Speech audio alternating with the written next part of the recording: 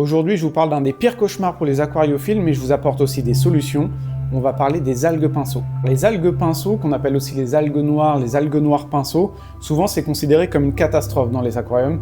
Ça va partout, c'est difficile à traiter, mais on peut s'en sortir et vous allez voir que c'est pas si compliqué que ça. La première étape avant de faire quoi que ce soit, c'est de comprendre pourquoi ces algues pinceaux sont apparues dans votre aquarium. Et en général, il y a souvent deux causes principales. La première cause, et c'est la plus courante, c'est souvent à cause de la circulation. Et c'est là que ça peut porter un peu confusion. Si vous avez dans votre aquarium une circulation de l'eau qui est trop forte, mais qui est aussi trop faible, ça peut faciliter l'apparition des algues pinceaux. Au final, c'est pas si complexe, il faut juste éviter les zones mortes dans votre bac, et pour ça, on va prendre une filtration qui est assez puissante. Et bien entendu, sur la filtration, on fait en sorte de ne pas avoir un débit de bourrin. Une des deuxièmes causes, c'est souvent un dérèglement, un déséquilibre entre les nutriments et l'éclairage et aussi le CO2. Alors on parle parfois du triangle d'or de la nutrition, mais pas de stress, on va garder les choses simples. Ce triangle d'or, il se compose de 3 éléments. La lumière, le CO2 et les nutriments qui sont apportés par les engrais. Et il arrive que si un de ces éléments est déséquilibré, ça favorise les algues pinceaux. Concrètement, qu'est-ce que ça veut dire? Si vous avez un éclairage trop puissant avec trop peu de nutriments, ou par exemple du CO2 qui est trop instable, et forcément ça va vous favoriser l'apparition des algues pinceaux.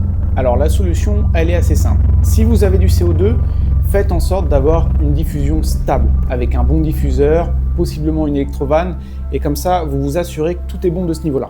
Si vous n'avez pas de CO2, on va se concentrer principalement sur l'éclairage et sur la nutrition. Si vous avez un éclairage qui est puissant, vous pouvez le baisser un petit peu et augmenter légèrement la nutrition, question que vous retrouviez un équilibre. Bien sûr, on garde toujours les bons concepts, c'est-à-dire on ne nourrit pas trop, on fait un éclairage qui dure environ 7 à 9 heures et on fait en sorte d'avoir un bon entretien dans son aquarium.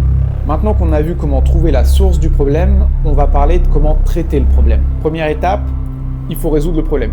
On l'a vu, si c'est un problème de brassage, vous réglez ça. Si c'est un problème de nutriments ou d'éclairage, vous réglez ça. Deuxième étape, et ça va pas être très drôle, il va falloir faire un gros entretien de l'aquarium. Vous faites un bon changement d'eau et vous enlevez à la main, le maximum d'algues pinceaux que vous pouvez sur vos plantes ou sur vos décors. Une fois que ça c'est fait, vous pouvez faire un traitement. Le plus efficace selon mon expérience, c'est de le faire avec du carbone liquide. Vous surdosez du carbone liquide, en général, ça a tendance à brûler les algues pinceaux sans poser de problème pour vos plantes ou vos poissons. Et enfin, vous pouvez aussi mettre des détritivores dans votre aquarium, ça fait jamais de mal. Quand on parle de détritivores, globalement, on parle de crevettes. Alors les algues pinceaux, ça fait jamais vraiment plaisir, mais c'est pas une calamité non plus. On peut toujours les traiter. Si vous en avez un tout petit peu dans votre bac et qu'elle ne bouge pas, c'est pas très grave. Si vous avez une invasion, là par contre, vaut mieux agir vite. Mais dans tous les cas, pas de stress, ça se règle très bien.